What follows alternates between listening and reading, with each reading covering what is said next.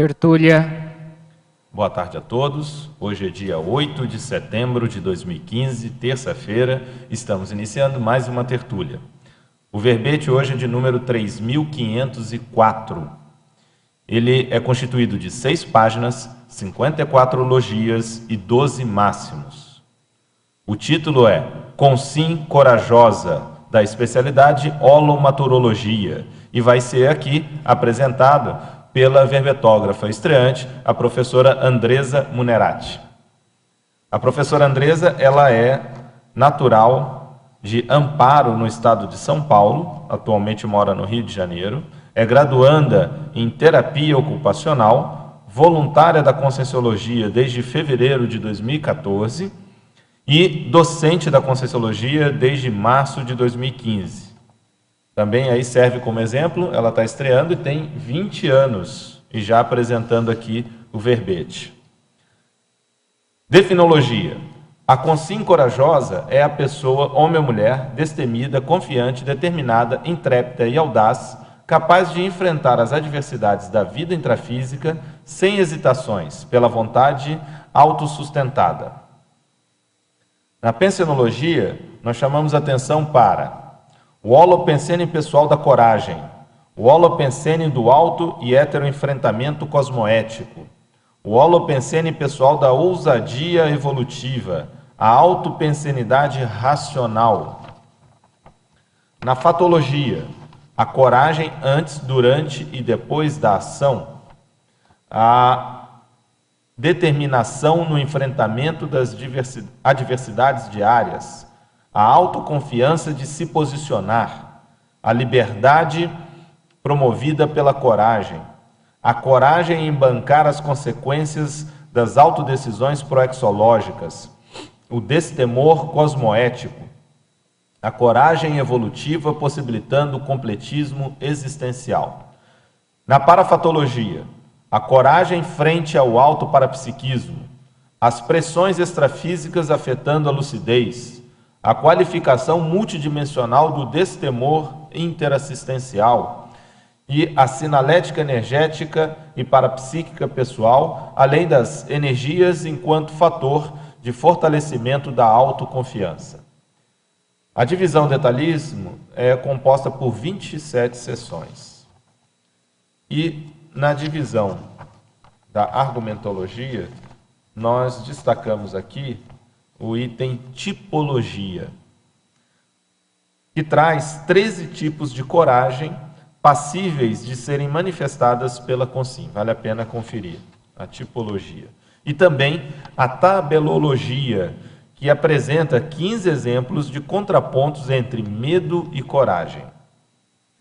Na remissiologia, destacamos os seguintes verbetes: audácia prudente, autodeterminologia, autodiscernimento, destemor cosmoético, enfrentamento evolutivo.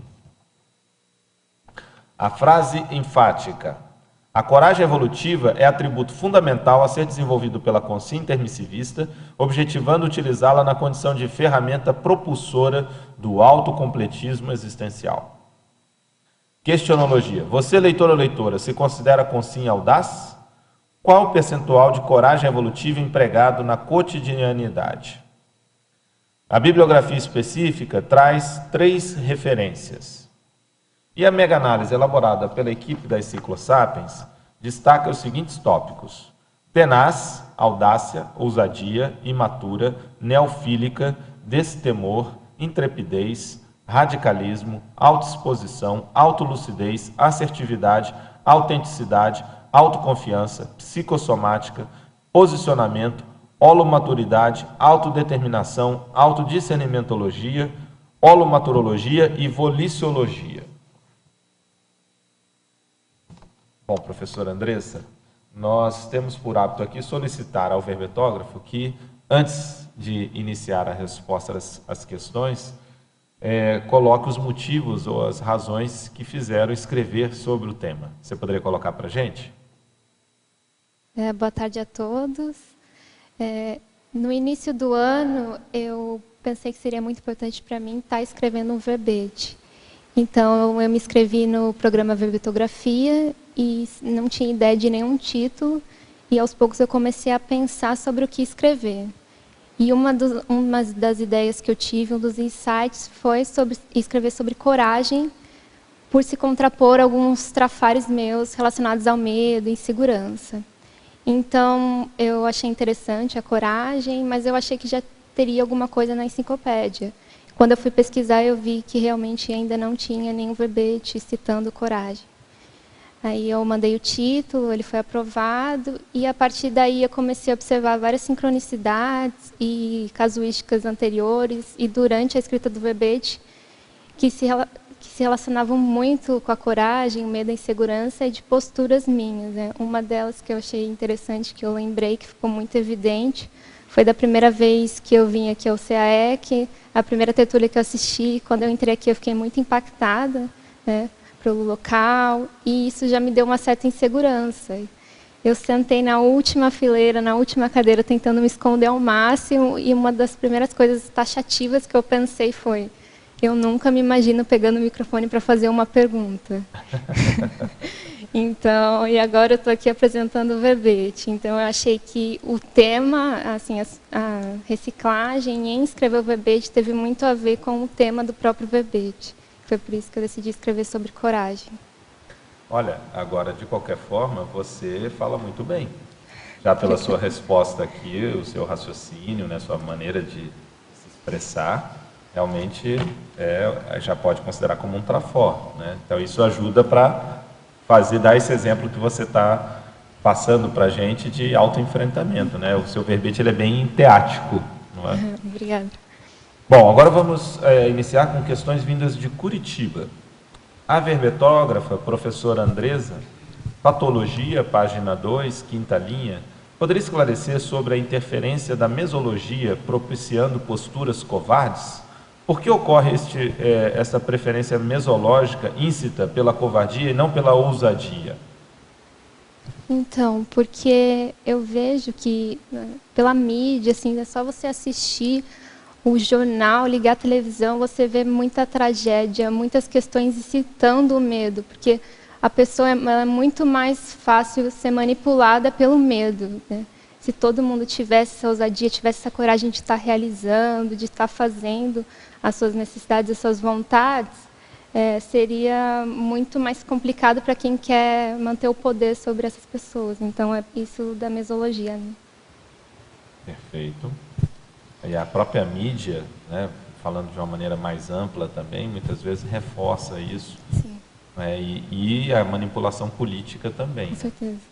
Geralmente é pelo medo. A gente teve a oportunidade aí de ver na eleição passada propaganda política aproveitando-se ou com estratégia de manipulação pelo medo. Né? A comida ia acabar no prato dos brasileiros, né? Não iam ter mais os apoios do ponto de vista econômico-social, né? Então, justamente reforçando essa ideia do medo, né? Da estratégia pelo medo. Patologia, página 2, 11ª linha. Quais dicas para a eliminação da passividade no nosso cotidiano? Então, a eliminação da passividade que eu coloquei tem a ver com sair da zona de conforto, né? A pessoa que não tenha o traço desenvolvido da coragem, ela tende a permanecer e ficar passiva. Eu acho que para eliminar a passividade no nosso cotidiano, é primeiro você observar que você tem essa postura, né? Começar a analisar em quais fatos, em quais circunstâncias que você demonstra essa passividade, essa falta de atitude, né? Então, depois disso, você começar a tentar ver o porquê, né? Qual que é o traço que está mais demarcado, né, nessa passividade, se é o medo, o que realmente é, e tentar aos poucos, tendo atitudes mais proativas. Um passo de cada vez, né? Parafatologia, página 2, segunda linha. Como podemos melhorar nossa qualificação multidimensional do destemor interassistencial? Então, eu acho que o destemor interassistencial é muito importante, né? E que vemos, assim, no geral, na sociedade, voltado ao parapsiquismo, é muito medo, é muito terror, né, sobre isso. o medo do diferente. Para a qualificação do destemor, eu acho que primeiro é o estudo, né? Você estudar realmente qual questão do parapsiquismo, da multiexistencialidade, multidimensionalidade, que você quer, se é a projeção, se é a clarevidência, começar a estudar sobre o fenômeno e aos poucos ir observando que não tem o porquê, né, ter esse medo. O destemor interassistencial, ele é importante, porque sem ele você não vai conseguir fazer uma assistência com 100% de lucidez diante dos fatos multidimensionais. Perfeito. Agora, nós temos questões que são de Niterói. Você quer fazer? Não, pode falar. A gente entra depois. Primeiro de tudo, parabéns, Andresa. O verbete está realmente alto nível para uma primeira vez e até para um experiente. Isso aqui está nível de altíssima experiência de verbete. Na parafatologia, no final da primeira linha, você poderia aprofundar um pouco a coragem frente ao autoparapsiquismo? Sim, obrigada. Isso tem a ver com a outra questão. Eu acho que a coragem frente ao autoparapsiquismo, assim, o medo é um dos principais fatores que travam o parapsiquismo. E a persistência, assim, essa coragem é tanto da persistência em desenvolver o parapsiquismo, em você aplicar técnicas, que não é uma coisa tão simples, tão comum de ser desenvolvida, quanto ao desenvolvimento de atributos importantes da coragem, da interassistencialidade, nesse sentido, né? Então, pode ser tanto da persistência, né, coragem para persistir, da determinação, quanto relacionado ao medo. Agora, questões, então, de Niterói, no Rio de Janeiro. A verbetógrafa, ortopensatologia, página 1. Poderia comentar a segunda e a quarta ortopensatas? O medo é o filho da imagística, a coragem filha da razão. E a diferença fundamental entre a coragem evolutiva e a ousadia obtusa é a qualidade das priorizações dos autoesforços. Enquanto a coragem evolutiva promove a convergência de fatores positivos, objetivando meta igual, a ousadia obtusa apresenta a escolha de momentos, de pessoas e de estruturas funcionais equivocadas?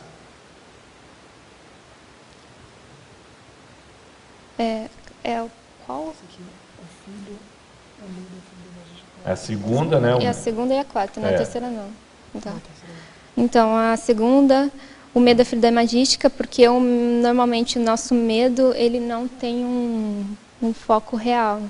O medo, ele surgiu, né, para você se proteger de perigo, mas o nosso medo social, o medo que a gente encontra nos dias de hoje, é um medo voltado para a insegurança, da ansiedade, de você imaginar algo. Então, o medo é uma ilusão, é realmente imaginação. Agora, a coragem, ela já é a racionalidade, é você refletir sobre aquilo. Então, quando você tem medo de algo, se você refletir muito bem, você vai ver que muitas vezes não tem razão de ser. Aquele medo é desnecessário, é mais uma insegurança, uma falta de confiança. Bem dentro disso que você está falando, quando é que o medo, né, pode ser classificado como fobia mesmo? Fobia é medo, mas do ponto de vista mais patológico, né, mais doentio. É justamente aí relativo à primeira que você mencionou, a primeira ortopensata, né, é um processo da imaginação. A pessoa, vamos supor, existe realmente um nível de ameaça, e aí o fator que gera essa ameaça é o que a gente chama de objeto fóbico, né? E vamos supor que ele é desse tamanho aqui, é desse tamanho. Só que a pessoa percebe aquilo desse tamanho. Então, aí é que está a distorção e que está a imaginação. Ou às vezes, o problema é desse tamanhozinho, só que a pessoa ela enxerga como algo muito maior. E isso é que caracteriza justamente a distorção do ponto de vista cognitivo, e aí um medo que é patológico, que é exagerado, que é extremado, que não condiz, a proporção da reação emocional não condiz com a real ameaça. Então, por exemplo, a pessoa pode querer viajar de avião. Existe uma ameaça do avião cair, existe uma probabilidade. Só que isso é ínfimo. É muito pequeno. Só que a pessoa considera aquilo como algo que vai acontecer de qualquer jeito. Então, aquela ameaça que é desse tamanho, falando do ponto de vista estatístico, ela enxerga com uma probabilidade altíssima. Então, há uma distorção. Por isso a questão da imaginação, como você está colocando, né? E a pessoa sempre... E tem uma relação direta com a questão da ansiedade.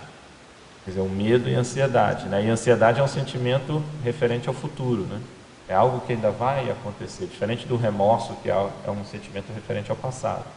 Então, isso tudo vai reforçando essa condição patológica. E no final das contas, tem a ver justamente com a imaginação. Tem a ver com as distorções de interpretação que a pessoa faz da realidade. Ela amplifica uma ameaça de uma maneira que não corresponde ao que é real. Não é? Então tem tudo a ver. E aí isso já dá uma indicação de que o caminho para corrigir é justamente com a racionalidade, como você apresenta aqui, você fala até na pensionologia de autopensenidade racional, não é? É justamente o caminho para a pessoa superar essa condição que você está trazendo. Né? Muito bom. Oi, pode falar. A questão da ortopensatologia, eu queria que você ampliasse a primeira, que é a coragem é prudente e madura e a bravura é temerária. Qual é a diferença primordial entre bravura e coragem? Aí é antagonismo, não há muita diferença. Então, o bravo não é o mesmo que brabo, né? O sujeito bravo, bravo.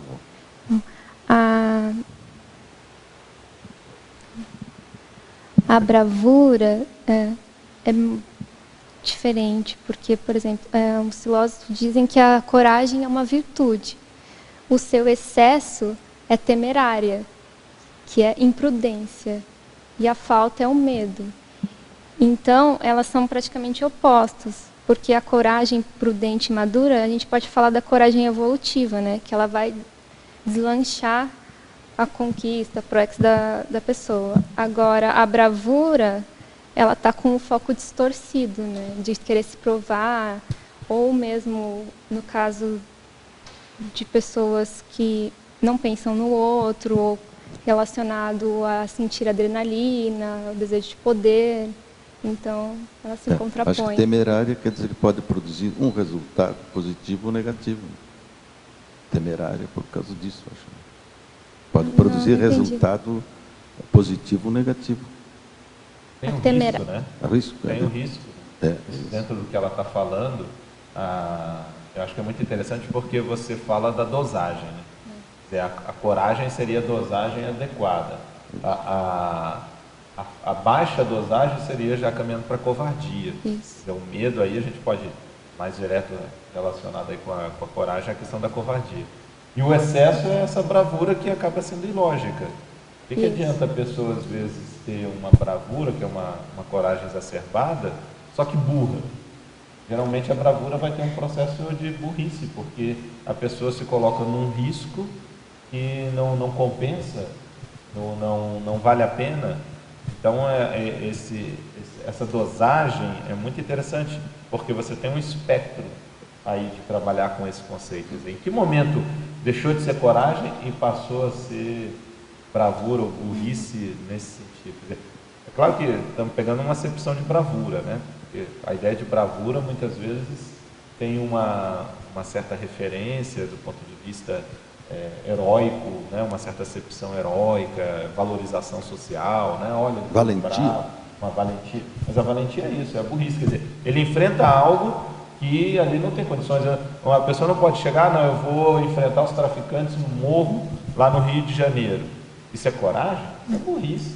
Muitas vezes ele enfrenta o perigo externo, mas quando é uma questão interna, pessoal, não existe essa coragem, né? Então, isso é interessante que você está falando, porque às vezes a pessoa, num âmbito da vida dela, ela é corajosa, num outro âmbito, ela é totalmente covarde.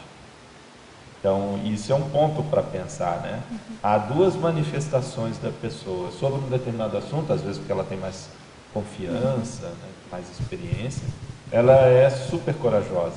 Agora, já num outro, ela já não é. Então, isso pode acontecer também para a questão da valentia, ou do excesso de coragem, que passa a ser burro, e a pessoa, às vezes, num âmbito, ela tem uma coragem muito bem adequada. No outro, ela quer manter a mesma performance, e aí ela acaba tendo uma burrice muito grande. Um exemplo disso prático, né? É a questão da pessoa que vai fazer empreendedorismo, né? Vai empreender em algum projeto. Às vezes ela tem muita valentia, só que ela minimiza os riscos. Isso é burrice. Então, tem muito empreendedor que quebra a cara porque ele tem coragem de sobra, excessiva, mas falta racionalidade para calcular riscos, ver os cenários mais adequados e tal. Então, isso é totalmente inadequado, não é? Então, a pessoa ela tem que ter a coragem, ousadia, mas saber, não, peraí, eu vou até aqui. Esse aqui é o meu limite, para que ela possa ter um resultado melhor. Então, acho que isso aí que você está trazendo e que o Eucárdio levantou é interessante, até para a gente pensar, o teletertuliano também, que o pessoal pensar, aonde que a pessoa se encontra nas diferentes situações, se está faltando coragem, se a coragem está ao ponto, ou se já passou do ponto, né? Então, isso tudo a gente tem que levar em consideração. Quer falar? Concluindo, até porque na efeitologia você coloca aqui o efeito patológico da bravura provocadora de imprudência. Então, é a conclusão de tudo isso. O outro aspecto que pode relacionar é o risco maníaco. Não é? O risco maníaco, ele tem coragem, mas que coragem burra é essa? O cara fica saltando de paraquedas lá, tem 1000 saltos de paraquedas, e aí, que coragem é essa? Para quê? Não é? Então, isso é muito importante que você está trazendo. Vai lá. Citaciologia, você poderia falar um pouquinho mais sobre essa citação? Só dar uma aprofundada, por favor? Sim, então, essa citação eu coloquei especialmente pela autora, né, Helen Keller, que eu admiro bastante. Para quem não conhece, ela foi uma mulher que ficou cega e surda logo bebê, então ela passou o início da vida dela sem conseguir se comunicar, e no final da vida ela já estava conseguindo falar, dando palestras, escrevendo livros, muito intelectual. Quando eu vi que ela tinha uma frase sobre coragem, achei muito interessante. Só que quando eu li, eu achei muito boa essa frase se contrapondo com o controle, né? Porque eu tenho a tendência de ser controladora. Então, ela diz na frase que a vida é uma aventura audaciosa. Então, você não tem controle sobre ela. A natureza é dessa forma, né? O devir é sempre a mudança. Mas depois, quando eu comecei a pensar melhor, eu vi que se a pessoa tem esse traço da bravura, deslocado da coragem, ela pode interpretar como hedonismo, né? Já que a vida é uma aventura, então vamos curtir. Eu só observei isso depois e achei que ela encaixou bem por fazer esse contraponto da coragem também. Interessante, realmente, você pegou bem. Tem múltiplas acepções, né? E aí, conforme a acepção que a pessoa adotar... Conforme que o paradigma, né? O modo que a pessoa se manifesta, ela vai entender de uma forma. É interessante. Sim. Ok? Mais alguma coisa aí? Não? Você fala aqui na técnica da inversão existencial. Pergunta, já que você é jovem, está aplicando a técnica ou está estudando? Então, eu faço parte do Greenvex lá do Rio de Janeiro e a gente está estudando e procurando aplicar a técnica com mais profundidade. A questão da Invex é fundamental, a questão da coragem, porque a Invex ela se contrapõe a alguns valores muito arraigados dentro da sociedade. Então, como, por exemplo, a condição de ter filhos, o casamento, e isso não é qualquer um que está disposto ou disposta a bancar essa condição da Invex, né? Devido a toda uma pressão social que é feita em cima do jovem, e da tendência à mimese, né? Tanto a automimese como a mimese coletiva. É isso, né? Por isso que eu coloquei na fatologia o inversor caminhar no contrafluxo da SOCIM patológica, focando mesmo nas evitações, né? Porque a INVEX vai muito além das evitações, mas as evitações chamam muita atenção. Justamente. Então ela tem que ter coragem para bancar isso. Você fala, inclusive, aqui na patologia, na terceira linha, né? Autoconfiança de se posicionar. O INVEX é um posicionamento fortíssimo, né? Do ponto de vista existencial, do ponto de vista, do ponto de vista evolutivo. Mas vamos lá. Então, também continuando aí no Niterói, tá? Essa é uma quase xará sua, tá? Quase. Você é com Z, ela é com 2 S. Patologia, página 2, primeira linha. A audácia de enxergar as próprias dificuldades. Pela minha autopesquisa, penso que a coragem também é fruto da audácia de enxergar os próprios trafores e aportes. Poderia comentar? Sim, eu coloquei também na patologia, né? Agora não estou achando onde que é, mas o assumir os trafores, né? A autoassunção dos trafores. Porque se você... A coragem, para você assumir seus trafores, você tem que ter um nível de coragem, porque não é uma coisa, pode parecer simples, mas às vezes não é. E a ousadia de chegar às próprias dificuldades vem nisso. Você tem que enxergar os pontos fracos para você conseguir enxergar seus trafores e trafares. Eu não sei se respondi a pergunta. Não, eu acho que respondeu sim. Entra nisso, você está confirmando um pouco do que ela até trouxe também, né? Como você também já fez referência. Patologia, página 2, penúltima linha. Poderia caracterizar o destemor cosmoético e a impavidez assistencial? Destemor cosmoético e a impavidez assistencial. O destemor cosmoético tem um verbete muito interessante, para quem quiser ver. Então, é o agir... tem muito a ver, né, com a coragem prudente, de você ter o seu autoposicionamento e realizar coisas em favor da sua proex. A impavidez assistencial, a impavidez é a ausência de medo.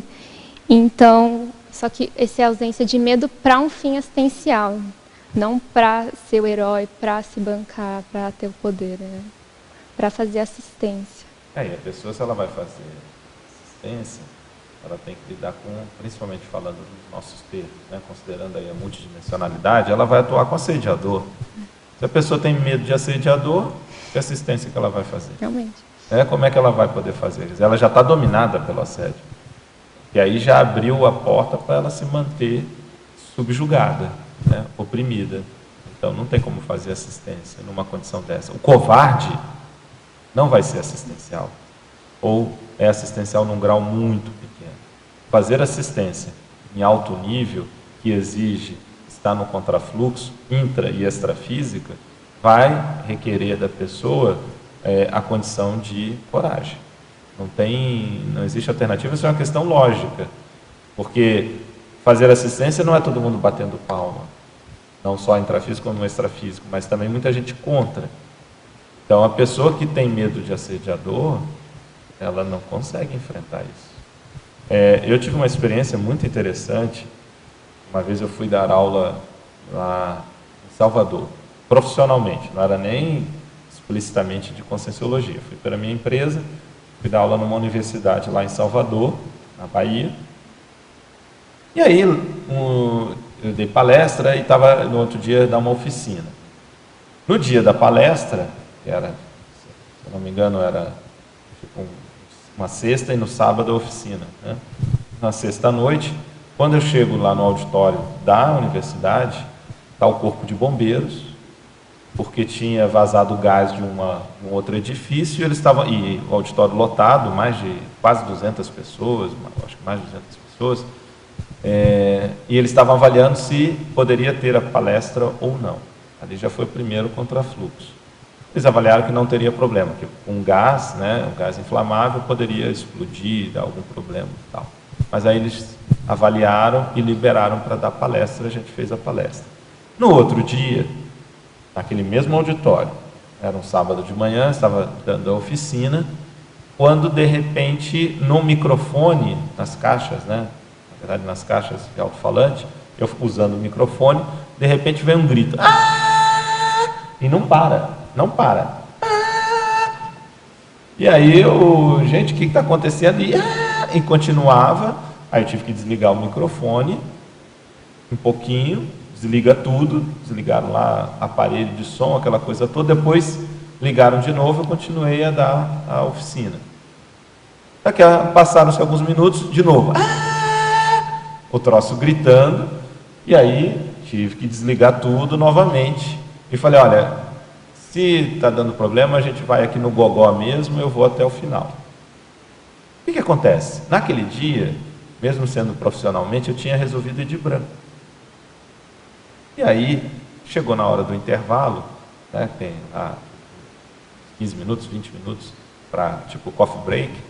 Chegou uma professora, dentro das que estavam participando, lá da universidade, chegou para mim e falou assim, professor, isso aí que está acontecendo, a gente está na Bahia. Na verdade, era uma terça-feira.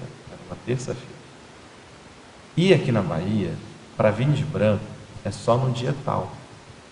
Não podia ser hoje. Fazendo menção à questão extrafísica. Aí tem a ver com questões do candomblé e tal, lá do processo da Bahia. Aí eu falei, olha, não se preocupe, nós vamos fazer essa oficina até o final, pode ficar tranquilo, porque aqui quem está mandando aqui sou eu. Então aqui não vai nada impedir que a gente vá até o final, mesmo que a gente desligue tudo aqui, a gente vai fazer e vai concluir. E dito e feito. Então veja, existia ataque extrafísico ali, explícito, com efeito físico. Mas se a pessoa que está ali à frente não banca, ou em condições similares, fica altamente fragilizada. O trabalho fica altamente fragilizado. Então a questão da coragem, ela é importantíssima, dentro disso que você trouxe, né, da impavidez assistencial, ela é importantíssima para a manutenção do trabalho que a pessoa está realizando do ponto de vista da assistência. Principalmente quando é um trabalho de renovação, quando muitas vezes mexe com ideias, com agitação de ideias. Então isso é importantíssimo, porque vem a ação intra e extrafísica. Eu me recordo uma vez, o professor Valdo, na época que ele estava escrevendo ainda o Homo Sapiens Reurbanizados. E aí ele estava quase no final do livro, né, o homem que trata da teoria da Helbex. E aí ele teve um período que ele estava falando que ele estava sob ataque, né, under attack, que era justamente quando ele começou a mexer num determinado capítulo do livro. E aí as consciex que tinham uma relação mais direta com aquele tema, elas vieram e começaram a atacar o professor Valdo. Né? E ele, obviamente, fez assistência, acolheu todo mundo, levou para o FIEX e tal, mas elas vieram para atacá-lo. Então, mais uma vez, a gente tem que saber lidar com esse contrafluxo, e isso é fundamental ter coragem, senão a pessoa não consegue realmente manter, desencadear, manter e concluir de maneira satisfatória um trabalho de assistência. Então, isso é um ponto para a gente considerar seríssimo. Né? Ok? Bom, outra questão é, na tipologia, já na página 5, poderia discorrer sobre o item 13, social?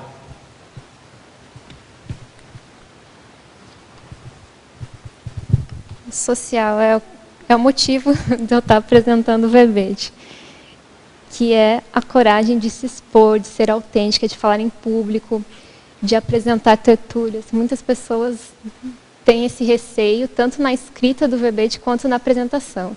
O meu receio era principal, era da apresentação. Então, isso tem que ser também quebrado, que não é um bicho de 7 cabeças. Você acha, Andressa, que em muitos casos, as pessoas que têm dificuldade, né, de apresentar, você até comentou, né, da sua questão de fazer pergunta, não era nem uma apresentação, né? Eu aqui já conversei com várias pessoas que têm tinha, né, a mesma dificuldade que você, que era a questão até de fazer pergunta. Tanto que já teve gente que eu falei, você vai lá e você, vamos combinar aqui, você vai na tertúlia ou na mini tertúlia, na época que o professor Valdo ministrava, e vai fazer uma pergunta, vou ficar de olho. né? E algumas pessoas a gente trabalhou nesse sentido. Então, a minha pergunta é para você. Você acha que a pessoa, muitas vezes, tem um grau de perfeccionismo? Você acha que isso influi nessa dificuldade de se expor publicamente? Com certeza, principalmente no meu caso. Então, o meu caso é principalmente o medo de errar. Então, se você está lá para perguntar, pode ser que alguma coisa dê errado. Não é nem tanto por o público em si, mas é o errar, a insegurança, que vão pensar de mim, que vão falar de mim. Então, acho que isso mesmo, você tem que ir lá, faz uma pergunta, depois faz duas, e aos poucos você vai vendo que você pode errar, você pode fazer uma pergunta sem sentido, mas que depois você faz outra e conserta aquilo, e aos poucos você vai vendo que é possível desenvolver esse traço, que não precisa ter medo. Tem uma questão também, que é uma técnica, que é o e daí? Beleza, você vai lá, vai fazer uma pergunta, pode ser uma besteira enorme, mas e daí? Qual o problema? Né? Tem isso também. Então a pessoa usa essa técnica, mas e daí? Tá, tudo bem, pode acontecer, realmente, pode ser uma pergunta muito fora, muito sem noção, mas e daí? Está todo mundo aqui fazendo força para melhorar.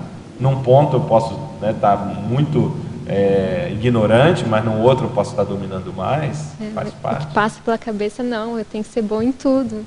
Então não posso. Essa exigência, né? uma autocobrança muito grande. Isso é interessante para a gente começar a ver a raiz, às vezes, conforme o tipo de medo, né?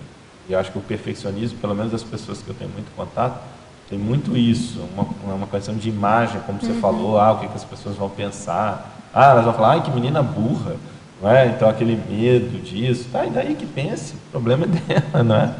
Então eu acho que esse é um ponto interessante. Pode falar, que dois pontos, além desse aí, eu acho que o primeiro é o desconhecimento do assunto, da matéria, mas o principal eu acho que é a vergonha mesmo, a timidez, a insociabilidade, que eu acho que quando foi no meu caso, né, que eu me criei no mato e passei a infância assim, realmente isolado, não tinha vizinho perto, então imagina quando eu comecei a participar das reuniões, coisas assim, o receio mais era a questão de fugir, de vergonha, medo. Não é questão, eu acho que nem porque a gente nem tinha conhecimento, né, dessa questão de passar vergonha por orgulho. Então, mas a vergonha tem a ver com orgulho, tem a ver com perfeccionismo, com a questão da imagem. Mas eu entendo que o principal motivo é realmente a timidez natural da pessoa, ainda mais se criada com repressão, com isolamento. Isso influi muito, eu acho. Né? Interessante. Quer perguntar? André, você podia falar um pouquinho, de repente, dar um exemplo na primeira parte da fatologia, na primeira linha ali, a coragem antes, durante e depois da ação? Então, a coragem, para ser efetiva, ela precisa ser a todo tempo, né? Por exemplo, no caso do verbete, não adianta decidir escrever o verbete, tá? Para isso eu precisei ter um nível de coragem. A escrita também, né? O continuismo. E a apresentação, é a finalização. Então, a coragem durante, antes e depois da ação é importante para você finalizar, para você conquistar as coisas. Não adianta você começar, depois você vê que aquilo fica muito difícil para você e você desiste. Você podia falar também mais um pouquinho o último ponto na terceira linha, a liberdade promovida pela coragem? Com a liberdade, com a assunção da coragem, o desenvolvimento da coragem, você sai da zona do conforto. As pessoas que têm medo, têm algum receio, insegurança, elas não fazem. Isso priva a liberdade delas, porque muitas vezes elas gostariam de estar naquele local, fazendo aquele projeto, mas por conta dessa falta de iniciativa, confiança, coragem, ela não vai lá e não faz. Então, isso priva a liberdade. Quando você tem coragem, quando você decide fazer uma coisa, você tem alguma vontade, você vai lá e faz, você concretiza. Obrigado. Quer tentar? Vamos lá. Deixa para cima. Boa tarde. Aqui na parafatologia, na página 2, na última linha, as energias enquanto fator de fortalecimento da autoconfiança. Eu queria que desenvolvesse, mais dando aqui na ênfase, o predomínio dos chakras superiores. Uhum. Boa tarde. Com desenvolvimento energético, você cria, além da autoconfiança, uma força presencial maior. E relacionado à coragem, prudente, né, evolutiva, tem o predomínio dos chakras superiores, né, o desenvolvimento do discernimento, da racionalidade. Então, se você trabalha com seus chakras superiores, desenvolve juntando com a coragem e a autoconfiança, você ganha uma potencialidade muito grande para estar agindo, para estar realizando. Okay? Agora uma questão de Criciúma, Santa Catarina. Professor Andrés, poderia expandir a frase enfática, na página 6?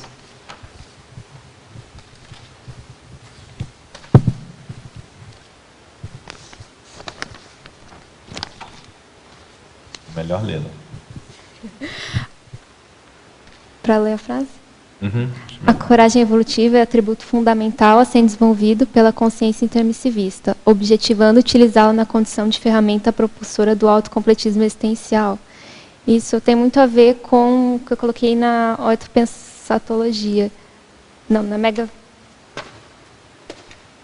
megapensologia, da coragem e megapotência evolutiva. Então, a coragem, ela te propicia o movimento, você realizar. E para você ser completista, para você conseguir realizar sua ProEx, você precisa dessa coragem para estar aos poucos realizando, reciclando, se movimentando. Então, o desenvolvimento da coragem, ela é essencial como ferramenta propulsora, né? Junto aos outros atributos da vontade, da intencionalidade, ela contribui para dinamizar a ProEx. Pode falar. Oi, tudo bom? Parabéns aí por estar apresentando o verbete. Obrigada. Tão novinha, né? Mas eu gostaria que você fizesse um contraponto da definologia dessa consciência corajosa e tal, destemida, confiante, determinada, intrépida e audaz, com a impulsividade. Ela tem isso tudo. Como é que fica a impulsividade dessa consciência? Então, eu relacionei no verbete a impulsividade como a falta de prudência, a falta de racionalidade. Então, se a pessoa pode ser corajosa, sim, e ser impulsiva. Mas, muitas vezes, pelo que eu penso, ela não é corajosa. É porque ela age sem pensar, sem raciocinar. Então, ela vê um fato, ela vai lá e faz por impulsividade. Às vezes, ela está escondendo, ela não tem tanto esse atributo da coragem em si. É mais a falta de discernimento. Não sei se respondi. Você acha que a impulsividade é falta de discernimento? Muitas vezes eu acho que sim. Mas a intrepidez tem a ver com impulsividade, né? A intrepidez tem a ver com a força inabalável, né? Com ela não se abalar diante das circunstâncias. Não necessariamente a impulsividade. Sim, mas ela tem a ver também. Mas tudo bem. Eu acho que existe as pessoas impulsivas que, assim, literalmente colocam os pés pelas mãos, né? Não, sem discernimento nenhum. E eu acredito que a consciência corajosa, ela tem algum nível de uma impulsividade de direcionamento. Esse momento eu tenho que fazer e ela vai. Mas isso não é impulsividade. Então você acha que é o quê? Isso não, ela pode ter, né, rapidez de reação. Só que ela pode ser... reações de taque impulsividade. psíquico. O taque psíquico, ele é rápido, sem contudo ser impulsivo. Não necessariamente ele é impulsivo. Consegue ter um discernimento. Então, agir, tempo de resposta rápida, não necessariamente é impulsivo. Impulsivo já está falando pelo nome, né? Impulso. A pessoa ele que vai age sempre pelo pelo impulso. Pela emoção. Isso que é o impulsivo. Então, agora, a pessoa ela pode ser taque, mas não ser impulsiva. Você está associando rapidez de reação com impulsividade, não necessariamente. Ela pode ser, assim, bem prudente, corajosa dentro da, né, a coragem com prudência, e ser taque, ser rápida. Entende? Impulsividade, olha só, impulsividade é pelo impulso. A pessoa não pensou, foi pelo impulso. Ah, falei sem pensar. Isso é por impulso. Ah, compra por impulso. A psicologia do consumidor tem muito estudo sobre isso, inclusive utilizando o marketing que se utiliza para isso. Compra por impulso. A pessoa compra por impulsividade. Ela não pensa muito para comprar. Eu não pensei aqui no caso do impulsivo patológico, totalmente patológico, que seria mais ou menos o que você está falando. Será que o impulsivo é patológico? Fala aí, pode falar. Pode falar. Sim, eu penso que o impulsivo é patológico. É patológico. Eu não estou conseguindo denominar, mas a pessoa seria taque, né? O taque é o que age rápido, Seria, eu não acho que necessariamente é o patológico. sadio seria o taque, né? O é. impulsivo seria o patológico. Impulsividade, Marisa, é patologia. Não existe, é como se você falasse assim, não, o esquizofrênico não patológico, o psicopata sadio, não existe isso. Impulsividade, o conceito de impulsividade é patológico. Dentro do conceito. Ele é patológico, senão você está referenciando. Mas você concorda que existem graus de impulsividade? Existem graus de doença. De doença. Mas o grau 0,1 já é patológico. Então, se você quer usar o termo porque impulsivo... transgride, né? Porque sim. transgride... Não necessariamente. O corajoso, não é, Andressa? O corajoso transgride. Ele pode transgredir. O corajoso ele pode ser ir contra, por exemplo, certos pilares da sociedade numa determinada época, e não necessariamente ele é patológico. Ele pode ser taxado como patológico. Ele pode ser taxado como patológico. Agora, não necessariamente ele é. Ou assediado, né? O Valdo, quando fez a maxi-dissidência do espiritismo, ele era obsidiado. Era a classificação que davam para ele. Que é um processo da patologia, quer dizer que era assediado. Mas não era. Ele estava fazendo uma renovação para algo maior. Né? Pode falar. Para tentar contribuir aí, esse debate está sendo interessante. Talvez uma forma de enxergar isso seria o fato de que o professor Valdo vivia falando que o que discerne uma consciência evoluída de uma não evoluída era a lucidez, basicamente, né? Ou seja, discernimento. A impulsividade, talvez a gente poderia classificar como o não uso do discernimento, né? É aquela coisa que vem e já sai sem uma lucidez, sem um discernimento. Consequentemente, dado essa premissa que eu botei, né?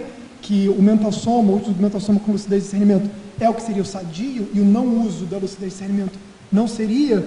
Então, talvez a gente pode dizer isso, que a impulsividade é um ato do psicossoma sem uso do mental soma e do discernimento. Então, consequentemente, seria patológico. Talvez seja uma forma de a gente ver. Talvez falte colocar nessa questão o nível de lucidez no momento da ação. Mas é que você está usando um conceito que está inadequado. Tira esse conceito de impulsividade. Senão você está usando um conceito e está querendo passar uma ideia. Se você quer falar de rapidez de resposta sadia, sim, é o TAC. Tá. TAC psíquico. Essa é a melhor coisa. Agora, não é impulsividade, porque senão você vai trazer, sempre carregar uma acepção que está errada. Polui o que você quer falar. Entendeu? Ela está correta, a Andressa está correta. Impulsividade é sempre patológico. Não existe isso. Entende? Sempre é patológico. Bom, Andressa, eu acho que todas as pessoas deviam fazer um verbete. Vim aqui, né? Eu acho fenomenal essa técnica do verbete e parabenizo muito as pessoas que vêm e conseguem fazer seu verbete. Você, pela sua idade, já vem trazer um assunto bem relevante para o ser humano de uma forma geral e sustentar também as discussões é muito bacana, viu? E aqui Muito obrigada. Para concluir esse assunto, você coloca no ciclo aqui, eu até queria que você ampliasse, né? O ciclo impulsividade, aí vem a autorreflexão, a autoconscientização e a autossuperação. É mais quase um crescendo, né, do impulsivo para refletir. refletir, depois se conscientizar e superar.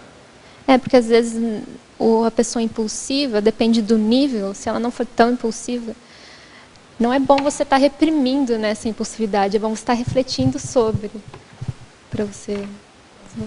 Para sair do patológico para isso. o... Ok. Agora a questão do Rio de Janeiro. Professora Andresa, é uma grande satisfação vê-la estrear em alto nível. Parabéns pelo verbete. Onde se situa, em sua opinião, a fronteira entre a coragem e a precipitação? Acho que está dentro dessa linha aqui. Obrigada. Que estava discutindo. Eu acho muito tênue essa linha para definir. Mas relacionado, acho que à imprudência e ao discernimento, né? Você refletir determinada ação. Porque não sei se vai ter uma pessoa que ela vai ser... tem, se ela for muito evoluída, mas nós aqui vamos ter a manifestação linear da coragem. Eu acho que às vezes a gente pode pecar para mais ou para menos. Vai aprendendo a dosificar, né? Dosificar. Agora a questão de Niterói, no Rio de Janeiro.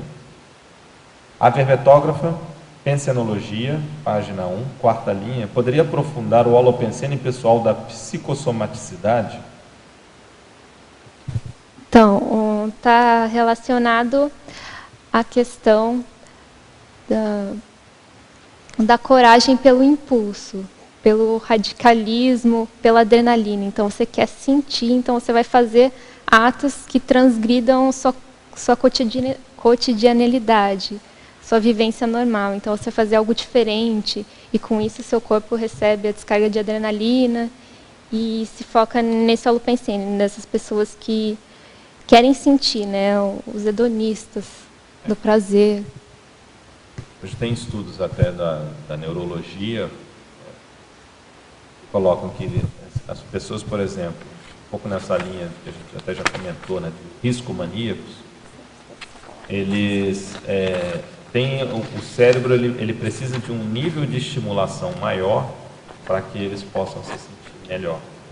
Então, por isso que eles precisam de uma alta carga, né, de estímulos, e aí no caso, né, de risco, para que eles possam se sentir com um bem-estar melhor, né, um maior. Então, é um processo patológico que já está configurado no próprio soma, né, e aí estão sempre colocando a vida em risco, justamente para ter essa experiência e a carga de adrenalina maior. Bom, continuando aqui, questão de Niterói, parafatologia, página 2, segunda linha. Poderia dar exemplos pessoais de pressões extrafísicas afetando a lucidez? Parabéns pela coragem de defender o verbete. Obrigada. As pressões extrafísicas afetando a lucidez, no meu caso, por exemplo, falar esses dias antes do verbete, eu estava com muito medo, muito receio, muita insegurança. E quanto mais eu alimentava isso, mais eu sentia acoplamento, mais eu sentia a pressão extrafísica. E se você não tem muito discernimento sobre isso, você pode achar que aquilo é seu, que aquele medo, aquela insegurança é só sua. Mas não, a pressão extrafísica contribui bastante para intensificar esse traço. Professor André, você podia falar um pouquinho sobre, na penúltima linha da fatologia, no finalzinho, a postura serena? Então, a coragem com prudência, ela demanda uma postura serena. Você não está agindo impulsivamente, você não está agindo pelo domínio das emoções, você está lá observando todo o contexto, raciocinando com uma postura serena de quem quer melhorar, de quem quer fazer assistência. Agora questões de Caxias do Sul, no Rio Grande do Sul. Professora Andresa, primeiramente quero lhe agradecer e parabenizá-la pelo verbete. Está sendo muito assistencial para mim. Estou trabalhando com o tema autoconfiança, o qual tem muita conexão com o seu verbete. Pensenologia, página 2, primeira linha. Os decidopensenes me parecem estar ligados com a decidofobia. Como superar os pensenes indecisos? Ou melhor, a fobia de decidir? Muito obrigada. Eu não tinha associado decidopensenes com a decidofobia. Não sei se tem a ver, porque eu não tinha pensado nisso. Mas a decidofobia, eu acho que até coloquei na fobiologia ou em algum local, está relacionado certamente com a falta de autoconfiança, com a insegurança, com o não desenvolvimento do trafado da coragem. Você não toma nenhuma posição, fica na zona de conforto, na passividade e não age. Permite complementar também, o que eu observo muito na questão da decidofobia é a pessoa que tem dificuldade de lidar com o luto. Luto. O luto. Luto é o sentimento de perda. Geralmente, sim. porque decidir, até etimologicamente, é cortar, né? Então, quando você escolhe algo, você está escolhendo não algo também. Você está deixando de lado alguma coisa. Geralmente, a pessoa decidofóbica, ela quer ter tudo ao mesmo tempo. Ela não quer abrir mão de nada. E, às vezes, é aquela situação de escolha que ganha e perde de um lado. Ganha de um lado, perde de outro. Perde do outro, ganha do outro. Então, ela tem que optar. E muito decidofóbico, ele tem dificuldade justamente com a perda. E não vai dar para fazer tudo. Não tem como fazer tudo. Não é? Ou você tem um recurso limitado, não precisa ser só de tempo, pode ser financeiro, para adquirir um bem, ou uma viagem, alguma coisa, e a pessoa não tem dinheiro para tudo. Ela vai ter que optar, ela vai ter que escolher. E a pessoa fica procrastinando essa situação porque justamente ela vai ter que lidar com a perda. Ela não sabe lidar com a perda. Então, o que eu vejo que um dos caminhos, com base nisso que eu acabei de falar, para a superação da decidofobia, é a pessoa aprender a lidar com a perda ou aprender a lidar com o luto.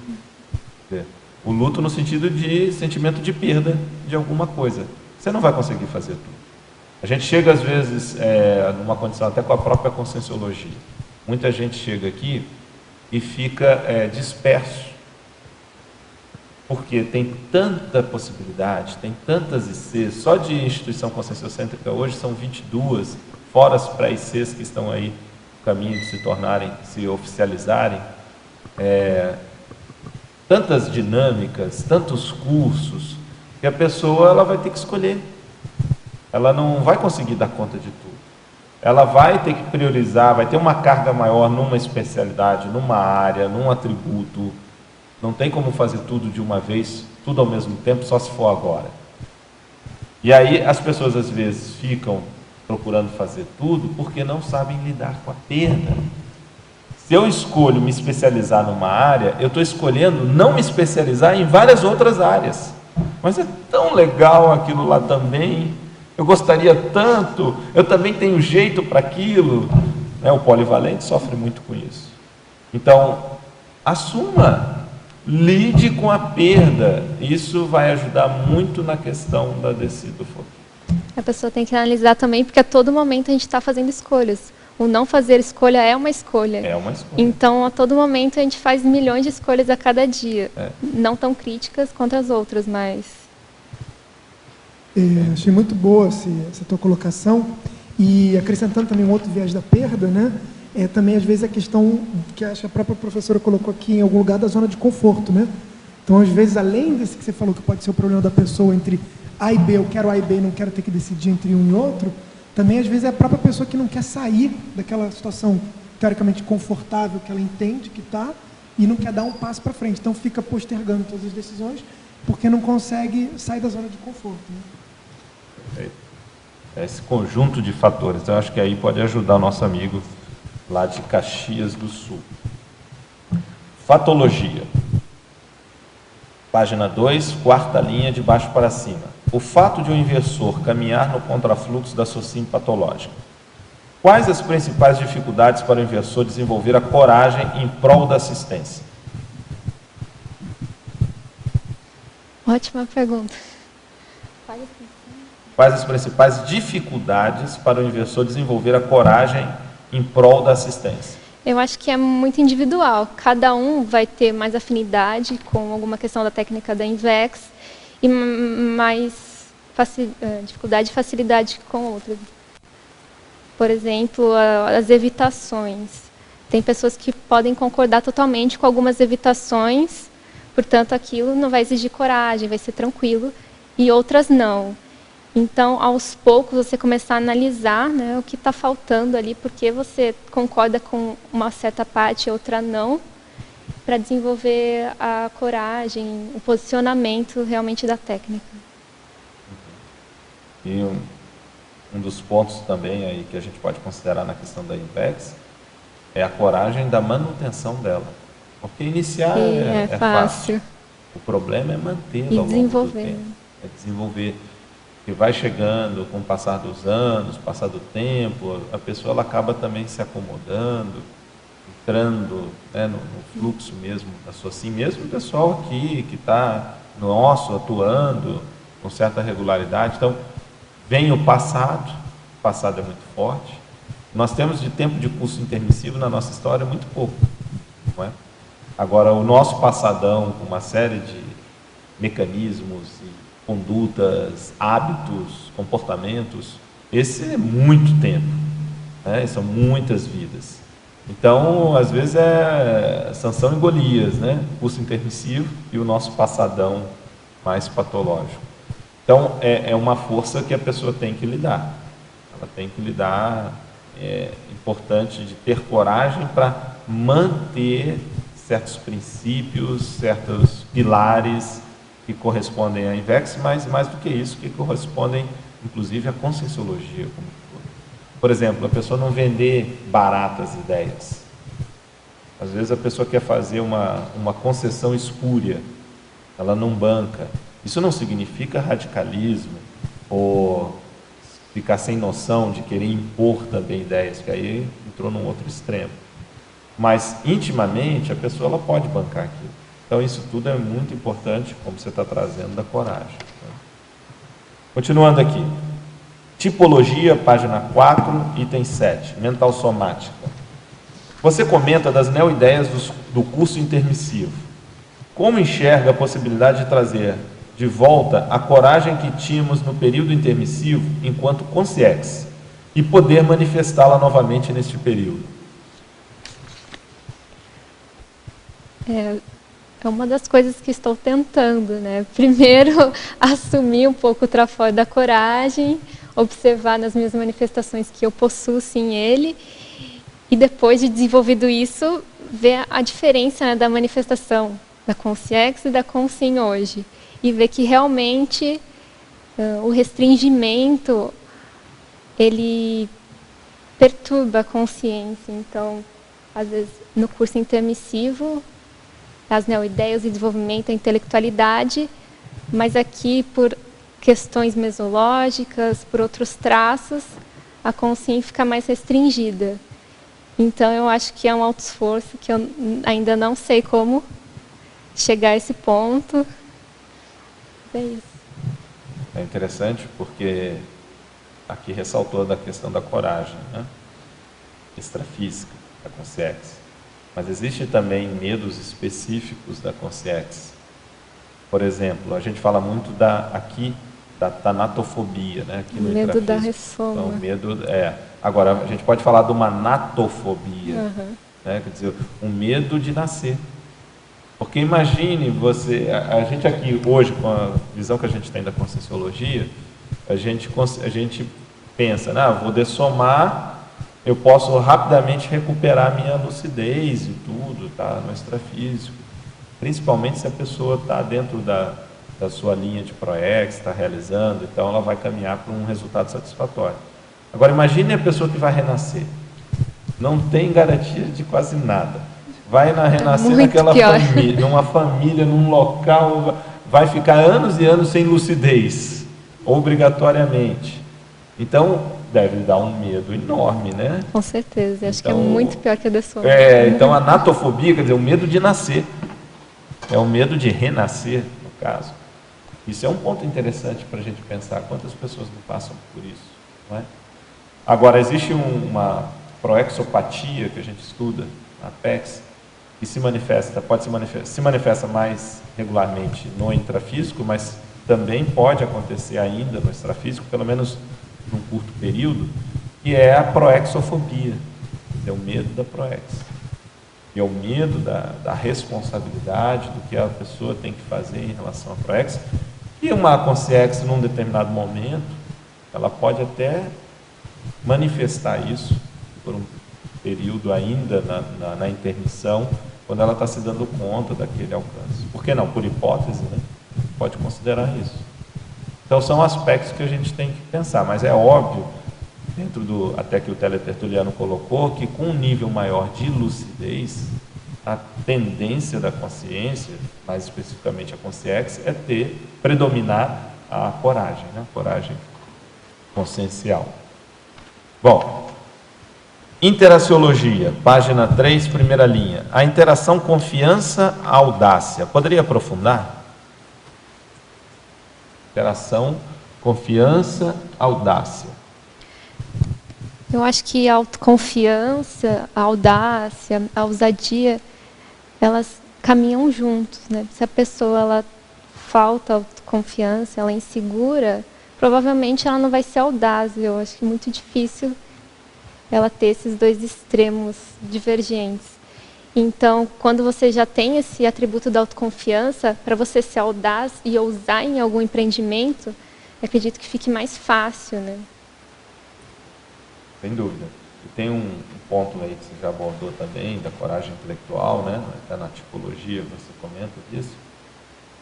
E tem relação direta com o que você acabou de dizer da audácia, que a audácia ela tem uma característica também de, vamos dizer assim, de enfrentar certos contextos sociais, né? A pessoa audaciosa, vai contra certas estruturas sociais, muitas vezes. Não é só isso, mas muitas vezes a gente entende assim. E tem um conceito já da antiguidade que chama-se parrésia. Você já ouviu falar sobre isso? Não. Então, parrésia é justamente a coragem intelectual.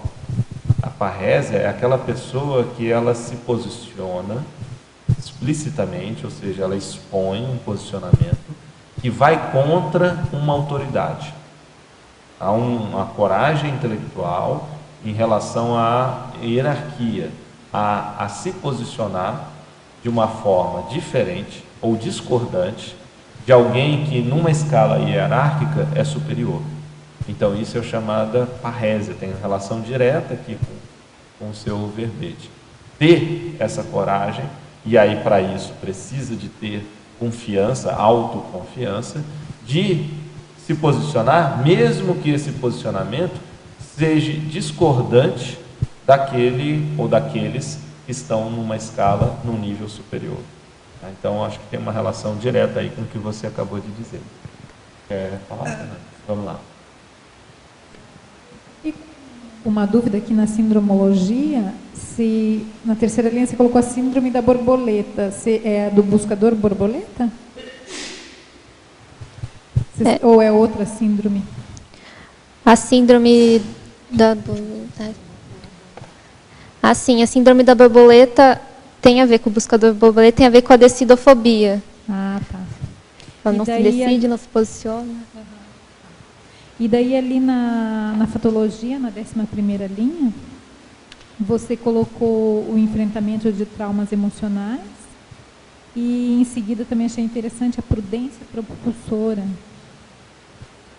O enfrentamento de traumas emocionais, ele é muito delicado e exige muita disponibilidade e coragem da pessoa, porque primeiro ela tem que conseguir enxergar esse trauma, conseguir comentar, falar, pensar, refletir sobre esse trauma, né, pessoal, e depois ela tentar aos poucos enfrentar. A prudência propulsora é o que a gente estava comentando, né, da coragem prudente. Então, a prudência, não só na coragem, como em outros atributos, ela vai auxiliar a manifestação e ao desenvolvimento da consciência. E um outro aspecto que eu estava pensando do trauma, a questão de quantos traumas provocam a covardia em determinados pontos, né? Tem. Traumas seriexológicos, às vezes a pessoa nem sabe por que ela tem medo daquilo, né? E às vezes gerando até um pânico. Até achei interessante o teu paradoxo, né? Ali, o primeiro você colocou que o desespero pode desencadear atitudes corajosas. Só está na hora. Vai lá. Oi, Andressa, parabéns. Olá, obrigada. Eu ia perguntar a prudência propulsora, então já está dispensado. Agora, na 7ª linha, de baixo para cima, aqui na fatologia, como é que é esse olhar diferente para problema? Você podia fazer um painel, por favor? Como você vai enxergar o seu problema. Se você vai enxergar ele como grande, como o Losch tinha falado, você vai criar essa ilusão de que é o maior problema do mundo, o tanto de que você vai demandar de coragem para enfrentar aquele problema vai ser muito maior. O seu medo vai crescendo conforme você aumenta essa ilusão do seu problema. Foi relacionado a isso que eu coloquei. É só aí, quer dizer, você coloca na faixa e vamos nós. E vamos atuar, né? Isso. Você reflete sobre aquilo, vê se realmente é um problema grande e necessário de se valorizar e vamos superar. E às vezes, o problema pequeno, ele vai se modificando, né? Vai tendo várias vertentes, né? Também pode ser bem interessante. Agora eu queria que você desse falasse um pouco na página 4 da sua exemplologia. A consciência corajosa imatura, quer dizer, ela é corajosa, mas ela é imatura. E a consciência corajosa madura. Então, a imatura é aquela que não reflete, né? Às vezes ela nem pensa sobre a coragem que ela precisa desenvolver, o que ela tem, esse atributo. Ela simplesmente age baseada nas emoções, na impulsividade, no instinto. E a coragem madura é a coragem evolutiva, que vai propulsar com sim, né, a realizar, a conseguir seus atributos, suas necessidades, seus objetivos. E né? seus objetivos. Você acha que existem consciências corajosas imaturas? Eu acho que é o que mais existe. Além por exemplo, a presidente que foi militante de partido clandestino, né? Tinha coragem, fazia assalto. Eu estou falando nela para não falar de mim, né? Por isso que eu passei para presidente, né? Parece, né? Consciência corajosa e imatura. Sim. Né? Sim. Então, aqui, muito obrigada e parabéns. Está uma delícia. Está ótimo. Essa questão que você levantou é interessante, né? Muita gente, os revolucionários tinham muita coragem, mas falta muitas vezes o discernimento. Então, isso é um ponto importante. Fala, Marisa. Andressa, eu aqui de novo. O seu verbete está muito bom, viu? Bem Obrigada. Feito e tal. Eu queria que você entrasse numa coisa que eu acho muito importante para o ser humano, quando você coloca aqui na 1, 2, 3, 4, 5, na 6ª linha de baixo para cima, a atitude de assumir os próprios erros. Como você vivenciou isso? Já teve alguma experiência que você muda o olhar do problema quando você assume a sua responsabilidade, que eu considero erro, vamos dizer, quando a pessoa assume os erros, ela está assumindo a responsabilidade dos atos dela, né? Sim. Não é tão simples, às vezes, assumir os próprios erros. Você observa as suas incoerências, as suas questões mal resolvidas e que você, às vezes, sem pensar, por impulsividade ou com discernimento baixo, agiu de um modo que você não concorda. Aí depois, quando você vai refletir sobre, aquilo chega a incomodar. Então, assumir o erro, você se liberta, né, dessas questões, dessa repressão, esse incômodo que esse erro gerou em você. Sabe o que eu vejo sobre essa questão de você também assumir as suas ações, ter responsabilidade em cima do que você fala, do que você faz? É a questão, num empate, por exemplo, com outra pessoa, quando você assume que você errou, que você está errado, você elimina possíveis discussão. porque você não dá a chance, não existe mais a necessidade de discussão. Você, quando assume, se desculpa, se justifica de alguma forma. Mas o aprendizado disso que eu vejo é as pessoas se trabalharem, entrar na sua autopesquisa, para não ficar repetindo essa questão dos erros e ter que assumir. Tentar, pelo menos, passar a fazer a coisa mais certa, né? Essa é a questão os erros têm que ser didáticos. Didáticos, Eu acho que quando se constrange, é como o professor Valdo falava, né? A cara tem que ficar vermelha. Se não ficar vermelha, não aprendeu nada com passar o ridículo e tudo. Passar o ridículo. Podemos, então? Eu queria pedir para ela entrar numa outra questão aqui na penúltima linha, aliás, de cima para baixo, penúltima linha, do da quê? patologia, a ousadia lúcida. Você falasse um pouco dessa ousadia lúcida. A ousadia lúcida relacionada ao saber o limite de você atuar. Até que ponto você pode ir. Até que ponto você vai usar, mas você vai estar lúcido sobre aquele fato. Você não vai estar se precipitando ou agindo sem refletir. Ou até que ponto você vai bancar aquilo. Aí eu vou dar um exemplo. Você defendendo esse verbete hoje, na sua idade.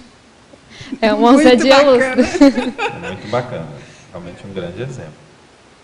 Agora vamos a uma questão de São Benedito, no Ceará. Do Ceará. Professora Andresa, até que ponto nos tornamos responsáveis por uma TARES descorajosa, não impactante, desprovida de boa polêmica, para provocar a evolução dessa sociedade patológica e principalmente acordar os intermissivistas dormentes? Essa questão é bem complicada, porque muita gente acha que está fazendo TARES, mas não está. Está ali se impondo para outra pessoa e fazendo um esclarecimento que ela não está preparada. Ou ao contrário, está fazendo aquela TARES suave que não é o momento e não vai gerar resultado. Na verdade, tanto nesses dois casos que você trouxe, né, e não são TARES, na verdade. Propriamente dito, não. E o que ele coloca aqui, uma TARES descorajosa, não é TARES. É uma pseudo-TARES. Só para a gente, né, o conceito aqui que ele trouxe ficaria inadequado, né? E a questão da polêmica, ela pode ser muito útil. Né? O certo é isso, usar a polêmica útil. Mas não é sempre que a gente vai... A TARES não se restringe, obviamente, à polêmica. E não uma polêmica para chamar... Eu que adoro uma polêmica, sou bastante polemista. Mas a gente sabe que a TARES não é só isso. Uma informação, o esclarecimento que você traz, e às vezes a outra pessoa que está recebendo aquilo, ela nem tem uma opinião formada no assunto. Ela está atenta, está recebendo aquelas informações, aquilo já pode dar uma outra significação e não necessariamente passou pela polêmica. Agora, eu acho sim, tem que ter a polêmica, mas só a gente não cair na armadilha de achar que a TARES sempre tem que ser polemista. E a polêmica todo. Só para chamar atenção, para fazer... Não, já perdeu o efeito, né? A utilidade dela. Bom, agora uma questão de Serra Negra, no estado de São Paulo. Professora Andresa, quais atitudes tomou para enfrentar a pusilanimidade e os medos? Quais atitudes estou tomando? É um crescendo. O que foi importante para mim é analisar que eu tinha essas posturas.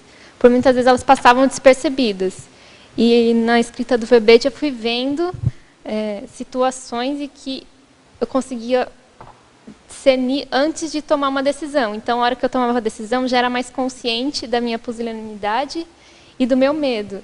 Então, primeiro foi esse passo, e aos poucos refletindo e vendo que eu posso ter outros posicionamentos mais proativos, mais autoconfiantes.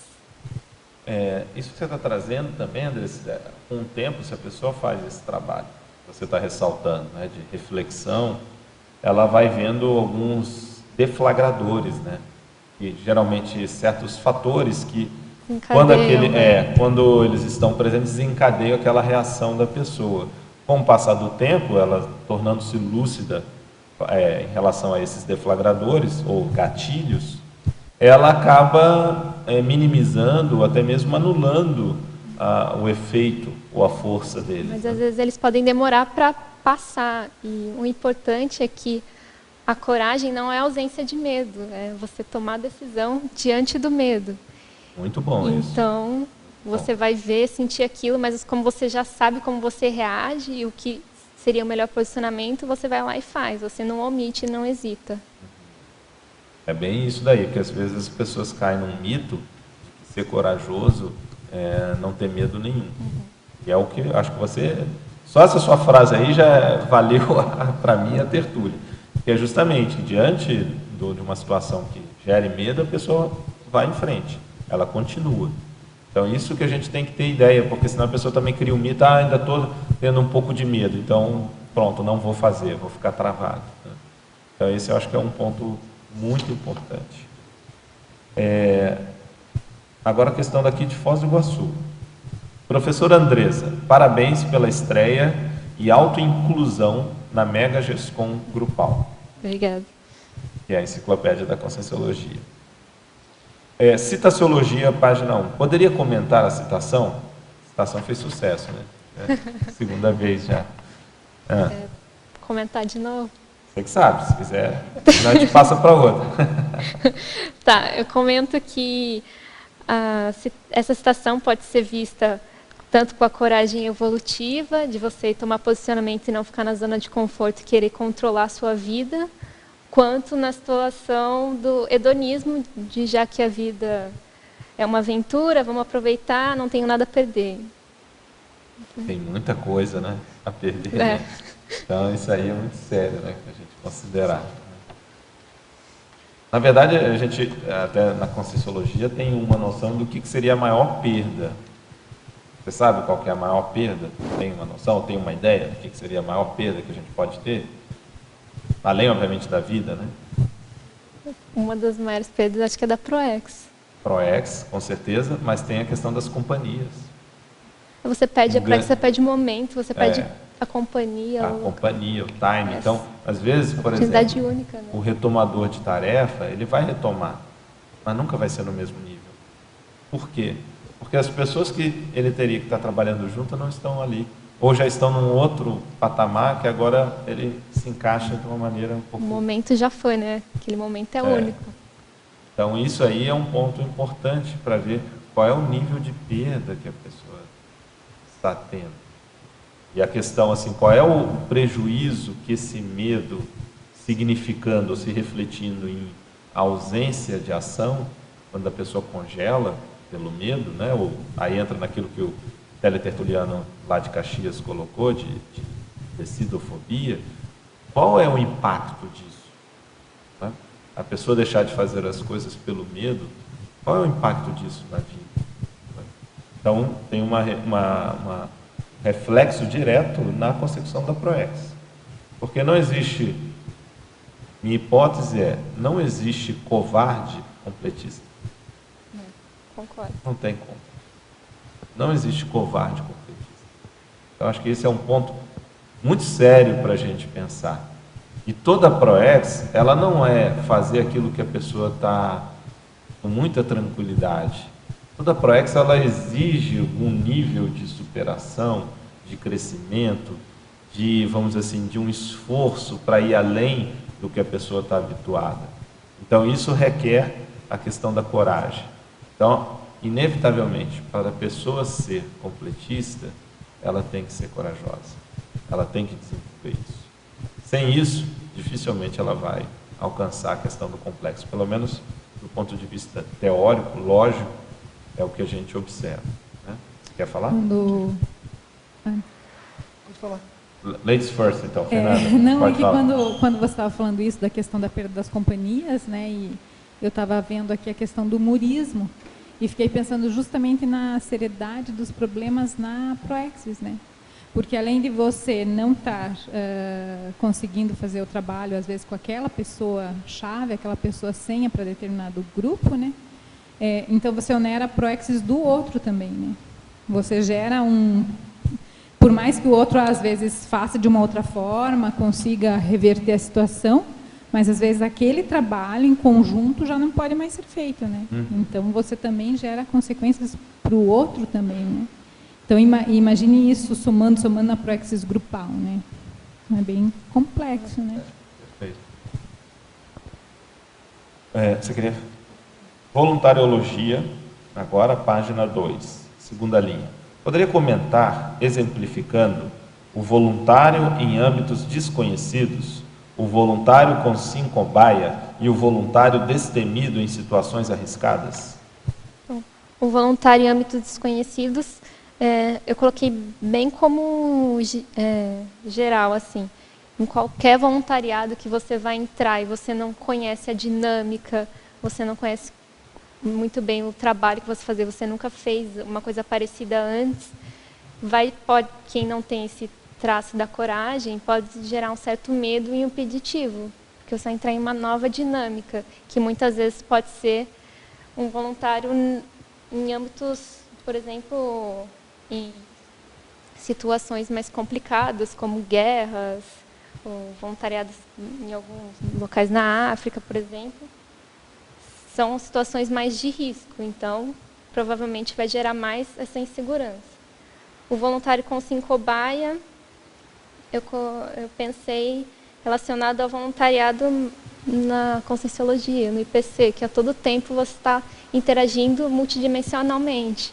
Então você não é aquela simples pessoa que está no atendimento só vendendo livro, não, você está interagindo com as pessoas que chegam, que saem, que entram, com as consciex, você está sendo a todo tempo cobaia, né, do seu posicionamento que você está tomando naquele local.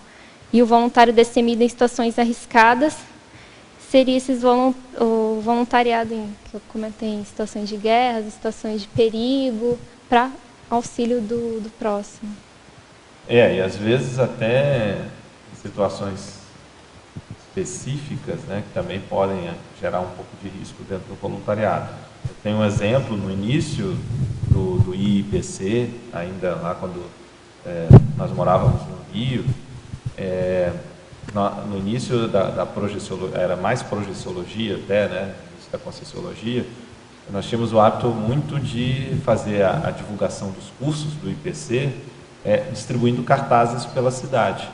Então, num período, era muito comum a gente colocar cartazes também nos ônibus do Rio de Janeiro, né? Nos ônibus urbanos, lá no Rio de Janeiro, municipais.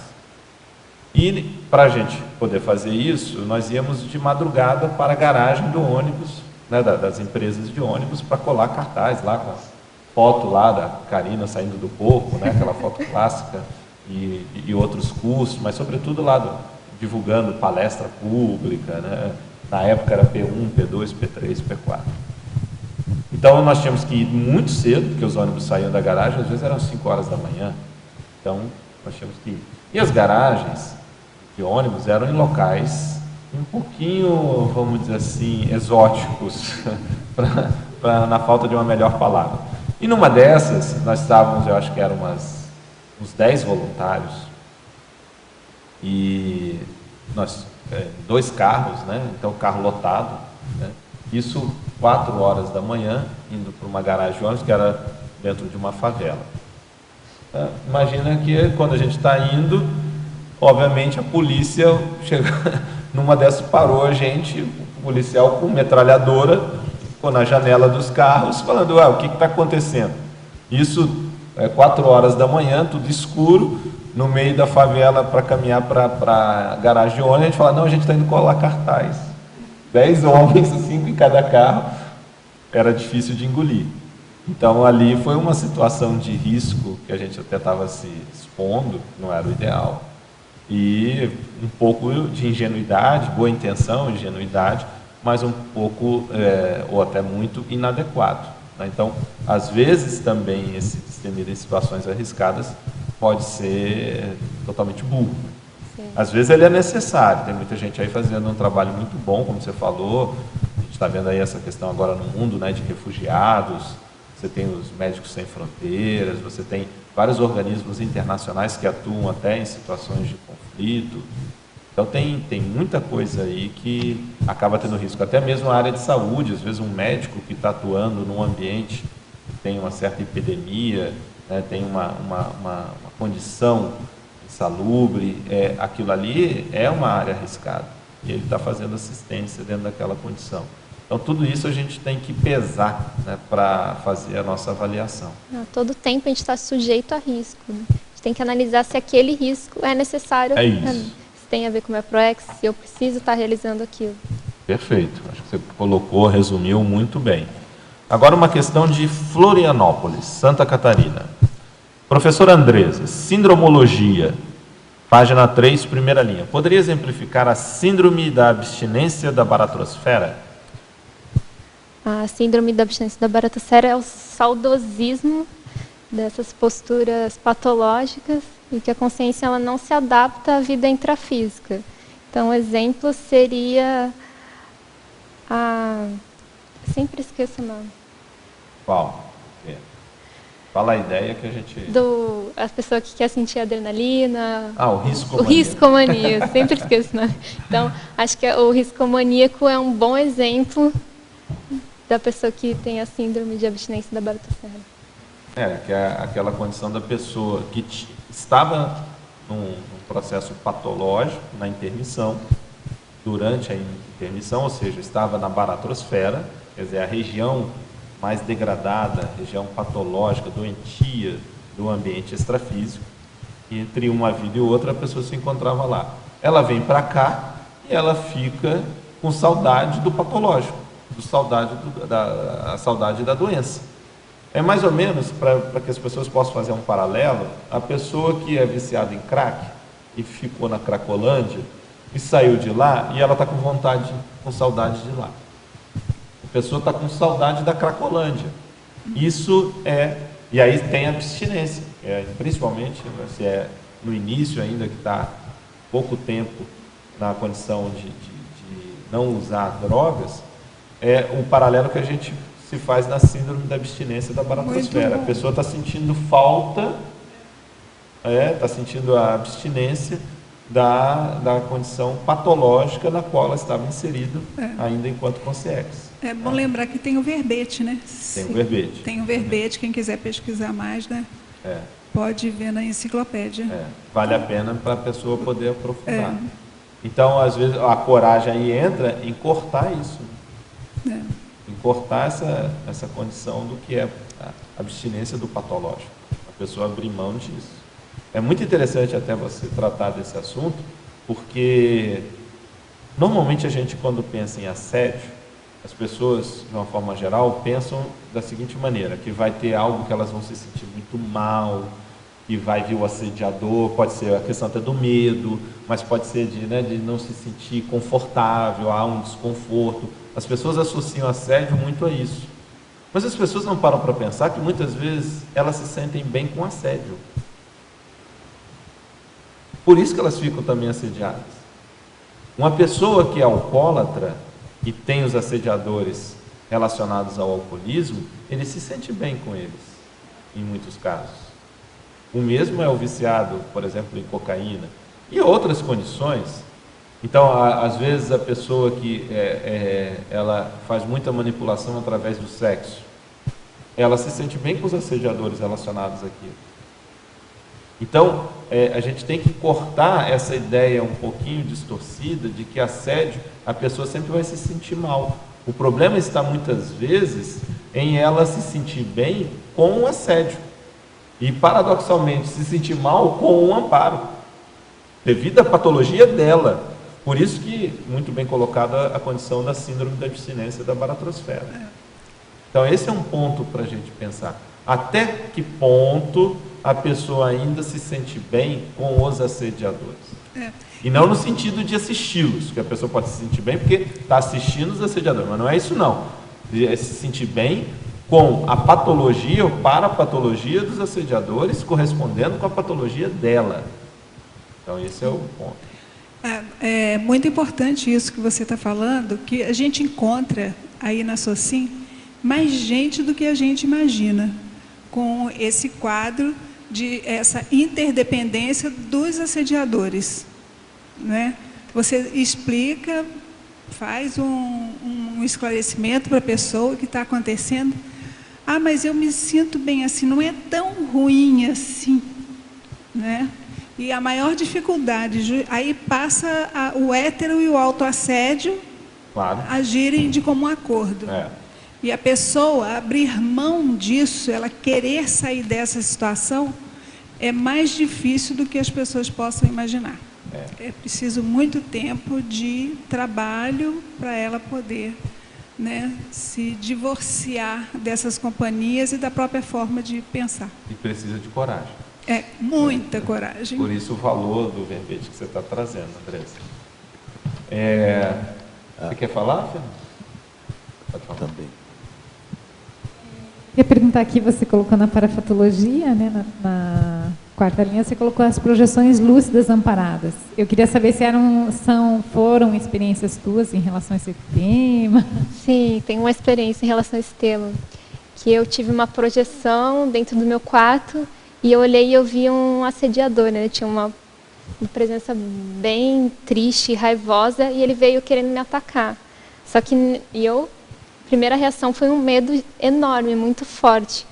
Mas logo eu pensei em assistir e pensei nos amparadores. Daí eu senti os amparadores chegando, eu não vi, eu só senti eles acoplando por trás e exteriorizando a energia. E naquele momento, meu medo sumiu e eu consegui assistir aquela concierge.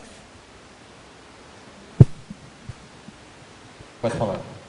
Fiquei em dúvida aqui, que a primeira vez que eu li o último mito, eu li o mito de Hércules. Agora fui ler melhor, é o mito de Heracles, é esse mesmo? Pode explicar, então? Que página? Página 3. Página 3, o último mito na mitologia. Lá embaixo, mitologia, página 3. Ok. Então, o mito é a mesma coisa, é o mesmo nome, pode ser chamado de Hércules ou Heracles. Heracles. Então, porque o Hércules é o mito da força. Né? Isso, da coragem, da virtude. E outra coisa também, na fobiologia, a primeira linha aí que fala na superação das faces do medo. Elas são 4 faces ou são muitas faces ou quantas faces são? Eu não sei quantas fases são. Eu acredito que sejam muitas faces. Né? Vai depender do caso, da pessoa e de qual medo que ela tem. Qual o foco do medo, da fobia. Agora uma questão do Rio de Janeiro. Professora Andressa, parafatologia, página 2, terceira linha. Poderia falar a respeito da coerência na atitude assistencial em ambientes extrafísicos baratrosféricos? Não adianta aqui no intrafísico você demonstrar coragem, mas quando você tem alguma projeção em ambientes mais doentios, você sente medo, nojo, repulsa e não consegue realizar assistência. Então você está sendo incoerente com a sua manifestação. Porque na projeção tudo fica mais evidente. Tem que haver uma coerência entre a sua manifestação intra e extrafísica. Uma coerência multidimensional, né? Você tem que estar alinhado, né? Pode falar. Professor André, você poderia falar um pouco da questão da coragem com a técnica da respiração profunda? A técnica da respiração profunda pode ser o simples fato de você respirar diante de alguma insegurança, algum medo, para agir melhor, né? Conseguir respirar, refletir, pensar. Mas eu coloquei voltado para uma técnica que chama 4-7-8, que você inspira por 4 segundos, segura por 7 e expira por 8. Isso vai dando uma calmia muito grande e tem cientistas fazendo pesquisa relacionada a essa técnica para dormir também. Tem a ver com o nível de oxigenação também do cérebro. A técnica da respiração rítmica. Isso. Justamente, a técnica projetiva. Andressa, eu queria lhe perguntar o seguinte. Em relação à força do grupo, como é que você vê o grupo que a pessoa está inserido, tanto no desenvolvimento ou no reforço de um medo, ou no desenvolvimento, no reforço da coragem? Como é que você vê isso quando a pessoa está dentro de um contexto grupal? Eu acho que se você está num contexto grupal é porque você tem alguma afinidade. Então, tanto para reforço do medo, você vai se afinizar com pessoas que têm aquele medo e insegurança que você tem. E isso pode acentuar e fazer com que você não tome certas posições. O grupo não age, você não age, o colega não quer agir. Ou para o reforço, se você está num grupo em que a coragem já está mais desenvolvida, eles estão querendo se movimentar, né, sair da zona de conforto, você pode ir no começo e meio na onda, vou fazer também, vamos indo, vendo o que dá. Mas pode chegar um momento que você vai tomar consciência daquilo. Meu grupo está fazendo e eu não, o porquê disso? E você começar a tomar coragem para realizar. Pode falar.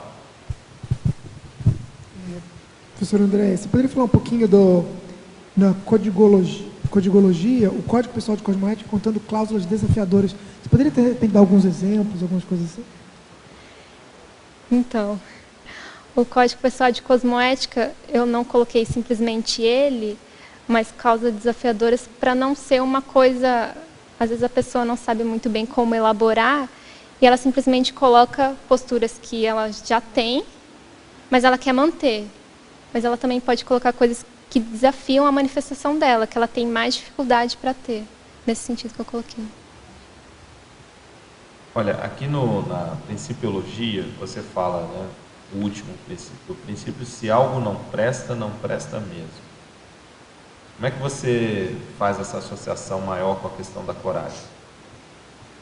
Se colocar em risco a vida, não tem nem o que falar na questão da riscomania, né? Você não esqueceu. Não, agora lembrei, eu pensei. E também das suas manifestações negativas, né? Se aquilo está te prejudicando, não presta, porque você vai continuar. Então, mas aí é aquela questão da pessoa não abrir mão, né? Não é tão simples assim, né? Justamente, tá? Ela pode saber que não presta, né? Mas... a pessoa ainda fica com aquilo que está errado, que causa problema e tal. Agora, o que você vê do ponto de vista da coragem enquanto a produção de GESCOMs? Eu sei que você falou ali na tipologia também, mas como é que você pode aprofundar essa questão da coragem e a GESCOM? Você acha que muitas vezes a pessoa deixa de fazer uma GESCOM pela falta de coragem? Eu acho que sim, acho que entra a autoconfiança intelectual, que a pessoa, que a GESCOM, o ato de escrever demanda uma autoconfiança intelectual, mas a GESCOM vai além disso, né? Você vai ter que publicar, expor, falar para os outros, seu exemplo está ali, você fica registrado, então demanda muita coragem. Eu não acho que é uma coisa tão simples assim, além de requerer esforços intelectuais, de pesquisa, você tem que se empenhar naquilo. Mas também tem a outra questão, né, de você se expor, escrever. Costuma falar, inclusive, que quando a pessoa ela publica, ela passa a ser telhado de vidro.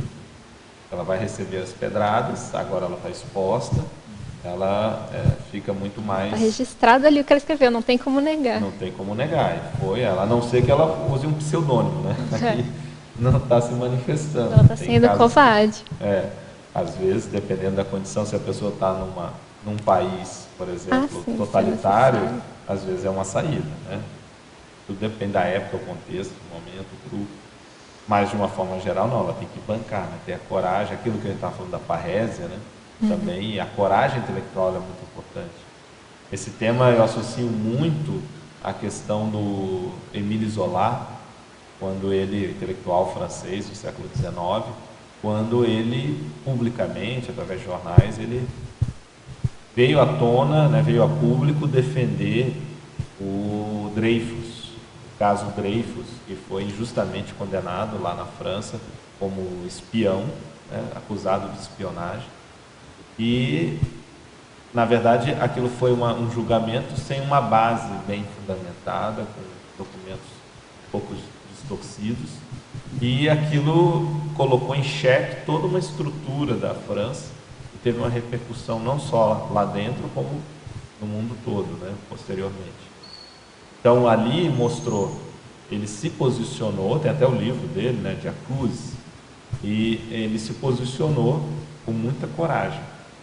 Ele é um exemplo para mim, se a gente tem que às vezes citar, né, a questão de coragem, é a condição dele. De coragem intelectual, ele é um exemplo que se encaixa muito bem. Um outro exemplo que eu vejo, assim, a gente pensar também, né, até em casuísticas, um nosso contemporâneo, e a gente teve a oportunidade de trazê-la aqui, é uma intelectual libanesa chamada Jumana Haddad. Nós tivemos a oportunidade de trazê-la para o Heterocrítica, o curso Heterocrítica de Obra Útil. E ela é uma intelectual, uma mulher, 40 e poucos anos, vive no Líbano, e ela faz crítica às religiões, faz crítica à condição machista, sobretudo dentro do mundo árabe, faz críticas políticas. Então ela faz crítica à condição, né, do gênero de uma forma geral. E a gente vê nitidamente a condição dela de livre pensadora, uma pessoa que pensa por si mesma, uma pessoa que tem coragem para enfrentar toda aquela realidade. E ela já sofreu várias vezes ameaças de morte. E agora, esse ano, em janeiro desse ano, devido a essas ideias dela, ela foi proibida de entrar no Bahrein, com alegação de heresia, contra a questão da religião. Agora, nós estamos falando de uma intelectual árabe, libanesa, mais especificamente, que vive lá. A dificuldade ainda é muito maior, devido, todo mundo acompanha, a condição de fanatismo e a pressão toda. Isso é um exemplo de coragem intelectual muito sério. Um outro exemplo também que eu vejo, também nós tivemos a oportunidade de tê-lo aqui participando do Heterocrítica, é o Fernando Baes. Fernando Baes escreveu sobre a história universal da queima de livros, né, da destruição de livros. E ele foi proibido, devido às críticas que ele fazia aos Estados Unidos na ocasião da invasão no Iraque, e toda a destruição de um patrimônio cultural enorme, né, e roubos mesmo para venda no mercado negro, ele foi proibido pelo governo Bush de entrar nos Estados Unidos. E ele ganhou na justiça americana o direito de entrar nos Estados Unidos. Então, é um outro exemplo também de coragem intelectual, para que a gente possa ter aí uma noção de pessoas que estão fazendo muitas coisas, né? Bom, nós estamos chegando aqui ao nosso final. Andresa, olha, parabéns. Seu verbete, obrigada. Além de estar muito bem feito, você está dominando o assunto, você é um exemplo em vários sentidos para muitas pessoas. Eu acho que essa tertúlia pode servir de referência para muita gente, no sentido de enfrentamento, de ter uma relação direta com o que você está trazendo, que você está tratando, que é da coragem, né, da consciência corajosa, enfrentar a dificuldade ou o receio de falar em público, de escrever também, de produzir. Você está dando um exemplo, isso aí, teático, né, para todo mundo, para todos nós. E além disso, a questão sua, da pouca idade, aí, ainda com 20 anos, né, e já produzindo, já fazendo parte desse trabalho grupal que é a Enciclopédia da Conscienciologia. Então, eu acho que agora passou um boi, vai passar uma boiada, não é? Então agora é não parar mais, continuar com a escrita e isso se tornar rotineiro cada vez mais para você, essa produção aí intelectual, não só nessa linha de tema, mas de outros aí que lhe interessarem. Tá certo? Muito obrigada. Parabéns. Bom, eu queria agradecer também aqui aos tertulianos aqui presentes, aos teletertulianos também que assistiram, sobretudo os que enviaram questões. Quero agradecer também ao suporte aqui da Enciclosapiens na pessoa do professor Eucárdio, agradecer também a equipe que está dando hoje o apoio, o professor Robson, o professor Christian também aqui, e agradecer, obviamente, aos amparadores. Então, vamos agora à nossa divulgação e até uma próxima oportunidade. Muito obrigado. Muito obrigado. As pontuações da tertúlia de hoje são 14 assinaturas no livro de presença, 18 perguntas presenciais e 24 perguntas respondidas online. Hoje teremos 4 recados. A Miracilde com Acoplamentarium, Marilza com a segunda semana da Holotecologia, Dalva com comemoração de 20 anos do CAEC e o Antônio com a imersão em conscienciometria. Boa tarde a todos. O nosso convite nesse momento é para o acoplamentário que vai ocorrer nos dias 18 a 20 de setembro. A temática desse acoplamentário é convivialidade.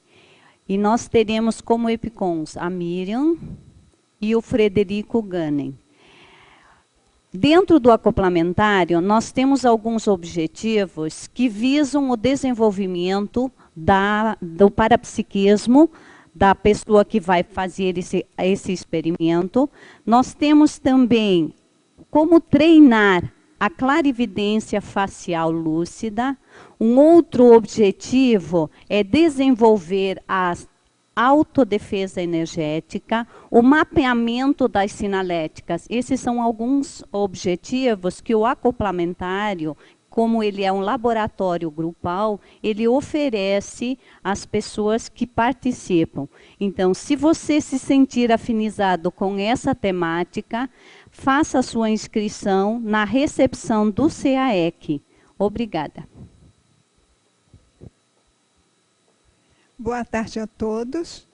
Estou aqui para convidar você, teletertuliano, tanto de Foz do Iguaçu quanto do Brasil todo, do exterior, para a segunda semana de Holotecologia. É um evento que vai marcar a época, porque ele encerra os festejos deste ano, dos 20 anos do CAEC. O curso é Holotecologia e Cosmovisiologia. Começará no dia 30 de outubro a 1º de novembro. Depois nós teremos a qualificação de holotecários. Você que quer organizar sua biblioteca, seus arquivos, venha se organizar, venha se qualificar no curso da holotecologia. Maiores informações pelo telefone 3525-2652 com a Secretaria do CAEC. Façam as suas inscrições. Boa tarde. Estou aqui mais uma vez em nome do em nome do CAEC, para convidá-los para a festa de aniversário em comemoração aos 20 anos do CAEC, pessoal. Será um jantar dançante, 17 de outubro, às 19 horas, no Hotel Mabu Interlúdio. As vagas são limitadas. O valor do convite, R$ 80,00, você poderá parcelar em 4 vezes. Entre em contato com a recepção do CAEC, mais uma vez o telefone, 45, nosso código de área, 3525-2652. Obrigada. Boa tarde a todos. Convidamos a todos a participar conosco no curso de campo Imersão em Conscienciometria, que vai ocorrer aqui em Foz do Iguaçu, de 6 a 8 de novembro, no Hotel Mabu Interlúdio. Esse curso tem como objetivo particular a questão do campo bioenergético, as atividades voltadas para a estrutura intraconsciencial, interassistência e homeostase holossomática. Nós temos aqui, entre vários objetivos, tem 2 objetivos principais que a gente pode citar aqui. 1, propiciar ambiência próxima ao nosso curso intermissivo. 2, favorecer a compreensão das prioridades evolutivas pessoais. Vai ter vários cursos de campo, um deles vai ser com Moacir Gonçalves e Everaldo Bergosini, com mega euforização. O telefone de contato é 45, é o código de área, 2102-1460, ou pelo site conscius.org.br, ou ligar para esse telefone que eu acabei de falar, ok? Muito obrigado a todos. Boa tarde.